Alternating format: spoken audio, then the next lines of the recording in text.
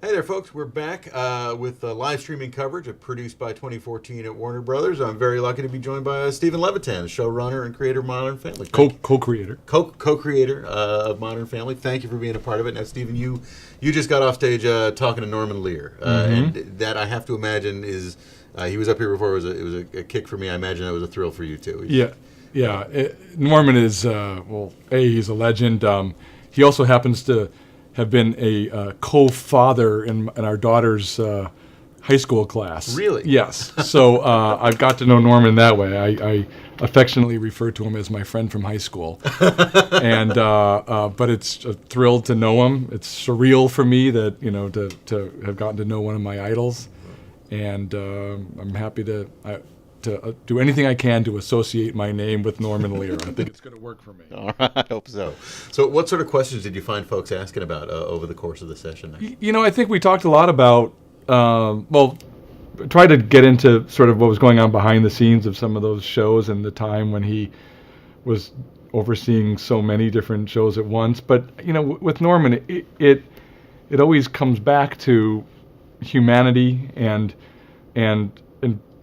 important subject matters and what he wanted to say at the time. I mean, Norman was not one that just wanted to do light, frivolous comedy. It had to be funny, of course, but he wanted it to be about something. And so it always goes back to that. And, I think that's why, I think he changed the face of comedy. And I think that's why he's such an enduring legend.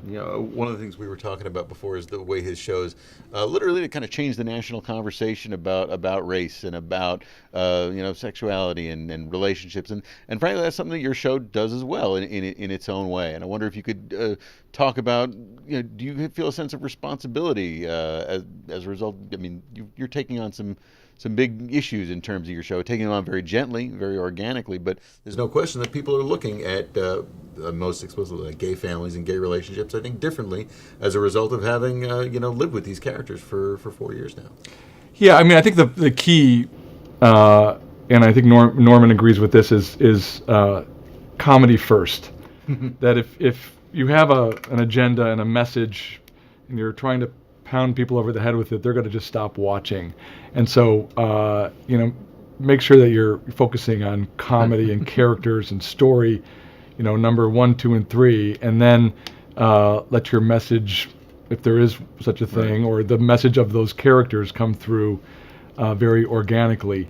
I'm very proud of the fact that so many gay teens, for example, have come to us and said that, by watching Modern Family with their parents, they were able to start a dialogue that they never thought they would, or in some way their parents became more accepting because they learned to like Mitch and Cam, and then that opened the door. And on the other side of the coin, we've heard from some parents who've said, when my son or daughter came out to me, I'm not sure I would have handled it as well if I hadn't gotten used to the idea by watching your show, which is very, very flattering. But again, and by the way, partly a testament to Eric Stonestreet and Jesse Tyler Ferguson and the charm and skill that they bring to the characters. But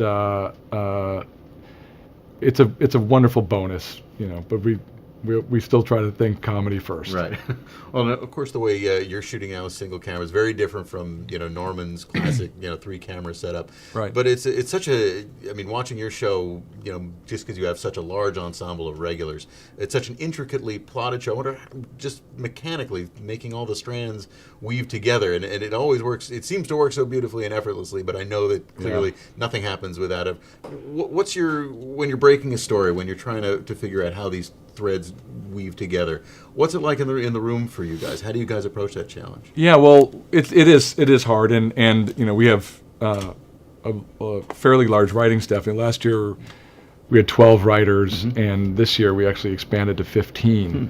And it takes a lot of work to get those stories to line up. I always say it's, if you're working on story all day, I come home with that very fried brain, like I've been doing math problems all day, because not only are you thinking about one story, but okay, you break one story for 2 or 3 or 4 characters, and you realize that takes place over a day and a half or 2 days, and now you got to come up with ways to weave everybody in and out in that same time period. Right. And then, oh no, that's a great story and it works with that, but that's got to be 5 days, Right. otherwise it makes no sense. And there's a lot of that. It's difficult, but that's the job and that's the challenge. But the benefit is that by jumping around, if one story isn't quite as strong as the others, well, you're off of it pretty Right. quick, and the audience seems to like the pace.